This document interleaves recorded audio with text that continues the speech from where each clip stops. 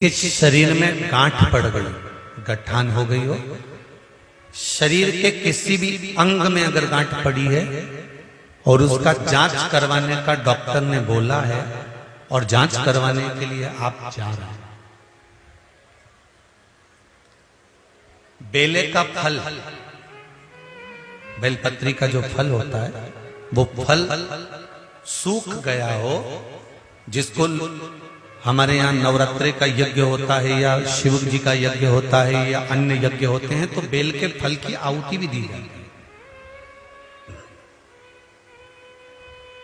बेले का फल जो सूख गया, सूखा हुआ फल जलाकर उसकी भस्म तैयार करना, उस भस्म को पीपल के पत्ते पर रखकर पिपलेश्वर महादेव का नाम लेकर, कौन से महादेव? पिपलेश्वर महादेव का नाम लेकर बेलपत्री के वृक्ष के नीचे रख लेना और पिपलेश्वर महादेव का ही नाम लेकर बाबा देवादिदेव महादेव से विनती कर कर जो रोग है और गठान कितनी है उस गठान की जांच कराने जा रहे हैं, यह भाव वर्णन कर कर उस भस्म को लेकर आ जाना शिव मंदिर पर, उसको थोड़ी सी देर रखकर पिपलेश्वर महादेव का स्मरण कर कर उसको लेकर आइए और उस गठान वाली जगह पर उस भस्म को लगाकर फिर आप जांच के लिए जाइए। मेरा देव अधिदेव महादेव चाहेगा तो जिंदगी में कभी बड़ी बीमारी नहीं, धीरे धीरे धीरे धीरे रोग उस गठान वाली जगह पर अगर पिपलेश्वर महादेव से भस्म भी शंकर के नाम से, पिपलेश्वर महादेव के नाम से लगाई जाए तो गांठ भी धीरे धीरे गलना प्रारंभ हो जाती है। पिपलेश्वर कौन है? पिपलेश्वर महादेव।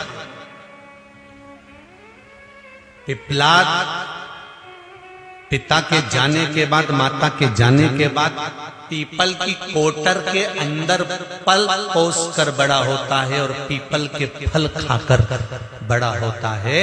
शंकर भगवान ने एक पीपल की कोटर में रखकर पिपलाद को बड़ा कर दिया था, तो पिपलाद ने शंकर भगवान का भजन कर कर शिव को प्राप्त करा। तो शंकर भगवान ने जब पिपलाद को दर्शन दिया था तो पिपलेश्वर महादेव शिव जी का नाम हुआ था। पिपलाद ने कहा था, भोलेनाथ मेरे दुख की घड़ी में आप खड़े हुए हो और मुझे सुख का भान कराया है।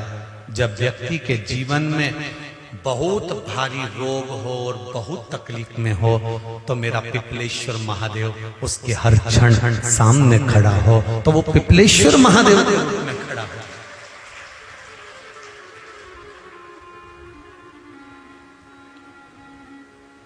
काशी में शंकर भगवान पर भस्म चढ़ती है, उज्जैनी में भगवान शंकर पर भस्म चढ़ती है।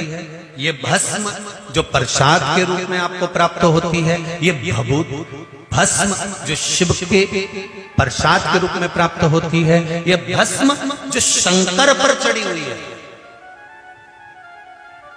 किस पर? शंकर पर। ये भस्म कोई साधारण नहीं है।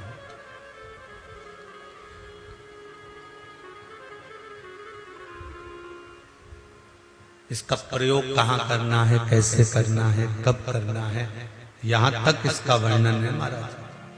पहले की कथाओं में भी इसका वर्णन किया गया कि हम जो मस्तक पर भस्म धारण करते हैं, त्रिपुंड धारण करते हैं, कंठ पर भस्म लगाते हैं, भुजाओं पर भस्म लगाते हैं, कलाइयों पर भस्म लगाते हैं, हृदय पर भस्म लगाते हैं, कर्णों पर भस्म लगाते हैं। जब यज्ञ करता ब्राह्मण यज्ञ पूरा करवाते हैं तो उस सुरवे को लेकर भस्म निकालकर आपके कंठ पर, श्रवण पर, मस्तक पर, हृदय पर लगाते कि नहीं लगाते? उस भस्म का प्रमाण है।